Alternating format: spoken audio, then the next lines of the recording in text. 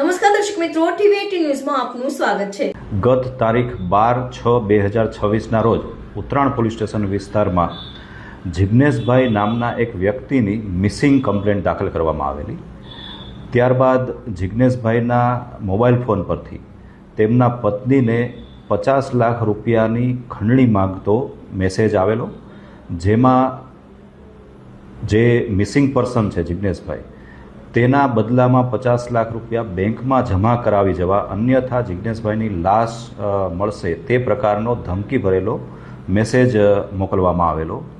ઘટનાની ગંભીરતાને ધ્યાનમાં લઈ તાત્કાલિક ઉત્તરાણ પોલીસ ડી સ્ટાફ સહિતની તમામ ટીમો કામે લાગી ગયેલ અને ટેકનિકલ ઇન્ટેલિજન્સ તેમજ હ્યુમન ઇન્ટેલિજન્સના આધારે જે મેસેજ છે એ મેસેજ કરનાર વ્યક્તિ ઉજ્જૈન પાસે મધ્યપ્રદેશ ખાતે હોવાનું જાણવા મળેલું અને તાત્કાલિક ટીમો બનાવી ઉજ્જૈન ખાતે રવાના કરવામાં આવેલ। આ સાથે જ હ્યુમન નેટવર્ક અને ટેકનિકલ સર્વેલન્સનો ઉપયોગ પણ કરવામાં આવેલો।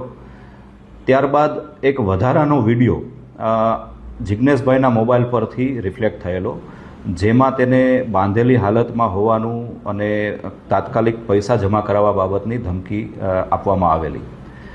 આ વિડીયોના આધારે હ્યુમન રિસોર્સિસના આધારે અને બાતમીદારોના નેટવર્કના આધારે આ વિડીયો ગોધરા ખાતે બનેલ હોવાની જાણકારી મળેલી।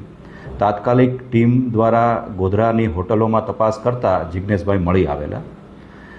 તેની પૂછપરછ કરતાં જાણવા મળેલું કે તેઓ પોતે 50 થી 60 લાખ રૂપિયા શેર સ્ટોક માર્કેટમાં ઓપ્શન ટ્રેડિંગમાં ગુમાવી ચૂકેલા અને તેને કારણે પોતે ખૂબ ખોટમાં ગયેલ હોવાથી પરિવારજનો અને અન્ય સગાવાલાઓ તેઓને મદદ કરે તેવા હેતુથી ખોટી રીતે આ પ્રકારના મેસેજ કરી પોતાનું અપહરણ થયાનું નાટક ઊભું કરેલું અને આ સંદર્ભે ઉત્તરાણ પોલીસ દ્વારા જિગ્નેશભાઈ વિરુદ્ધમાં ગુનો દાખલ કરી કાયદેસર કાર્યવાહી હાથ ધરવામાં આવી છે, જેમાં પોલીસને ગેરમાર્ગે દોરવા અને ખોટા મેસેજ આપવા સહિતની કલમો હેઠળ કાર્યવાહી હાથ ધરવામાં આવેલ છે।